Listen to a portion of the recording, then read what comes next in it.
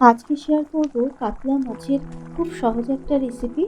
আর খুব কম সময়ে রেসিপিটা কিন্তু চটজলদি বানানোও যায়। হাতে সময় কম থাকলে খুব সহজেই একবার এই রেসিপিটা বাড়িতে বানিয়ে খেয়ে দেখবেন, খেতে কিন্তু দুর্দান্ত হয়। এখানে নিয়েছি ৪ পিস কাতলা মাছ, তবে কাতলা মাছের বদলে যে কোনো মাছ দিয়ে কিন্তু রেসিপিটা বানানো যেতে পারে। মাছগুলোকে আগে থেকেই ধুয়ে পরিষ্কার করে নিয়েছি। এবারে মাছের মধ্যে দিয়ে দিয়েছিলাম স্বাদ মতো নুন আর খুব সামান্য পরিমাণে একটু হলুদ গুঁড়ো।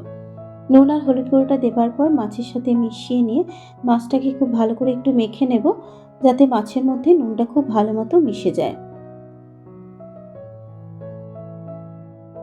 মাছগুলো মেখে নেওয়া হয়ে গেলে এবার মাছগুলোকে প্রথমে ভেজে নেব। কড়াইয়ের মধ্যে দিয়ে দেবো ২ টেবিল চামচ সর্ষের তেল। তেলের মধ্যে দেব হাফ চা চামচ কালো জিরে ফোড়ন দিলাম। এবার কালো জিরেটাকে একটু ভেজে নেব। কালো জিরেটা ভেজে নেবার পর এবার এর মধ্যে নুন হলুদ গুঁড়ো মাখানো মাছগুলোকে তেলের মধ্যে দিয়ে দেব।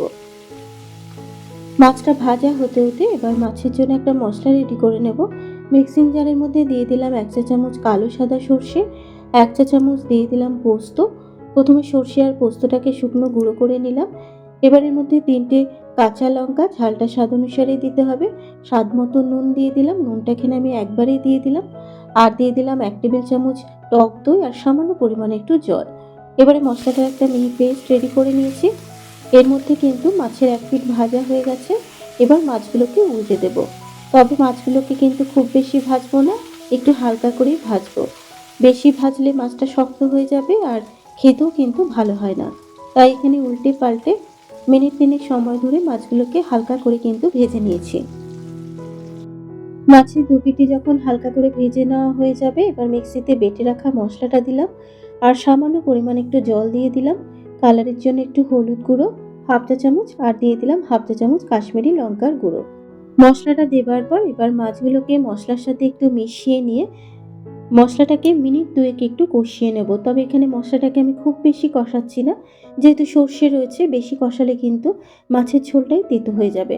তাই এখানে মশলাটাকে কিন্তু খুব বেশি কষাবো না।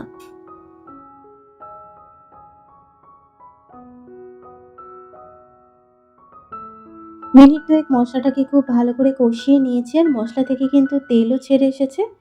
এবার এখানে ঝোলের জন্য পরিমাণ মতো একটু জল দিয়ে দিলাম, তবে খুব বেশি কিন্তু এখানে জলের ব্যবহার করলাম না, যেহেতু খুবই কম ঝোল রাখবো।